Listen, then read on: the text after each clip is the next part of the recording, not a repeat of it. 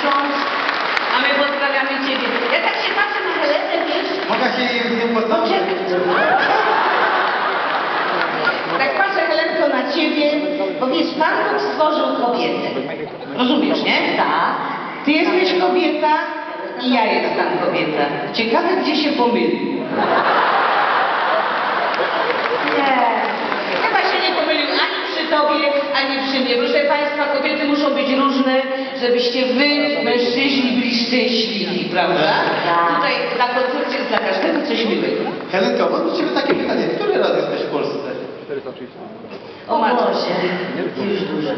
Już dużo lat. Dużo razy. A dużo lat już niestety tak. A powiedz mi, kiedy Ty sobie w końcu polskiego faceta znajdziesz? No, u nas jest takie, się mówi, Tak?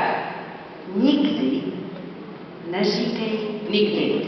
No się też tak mówi. A jakby Ci się już tak udało, nie? Żebyś takiego jakiegoś uderwała? że prawda? Patrz, jaki on jest poręczny, jak on do Ciebie pasuje. Jak się to oddaje, to jest nerwus. Piękna para, nie? Tak, para nienasycona. Helenka, gdzie byś chciała mieszkać w Polsce? Jeśli byś mieszkała w Polsce, to gdzie? Jakbyś się nie urodziła zasnę. Na górze. U morza. No tak, Nad morzem. W Sopocie. Ja mieszkam niedaleko. No, on ma dom nad morzem. Zapraszam serdecznie przed Państwem Helena Wądraczkowa.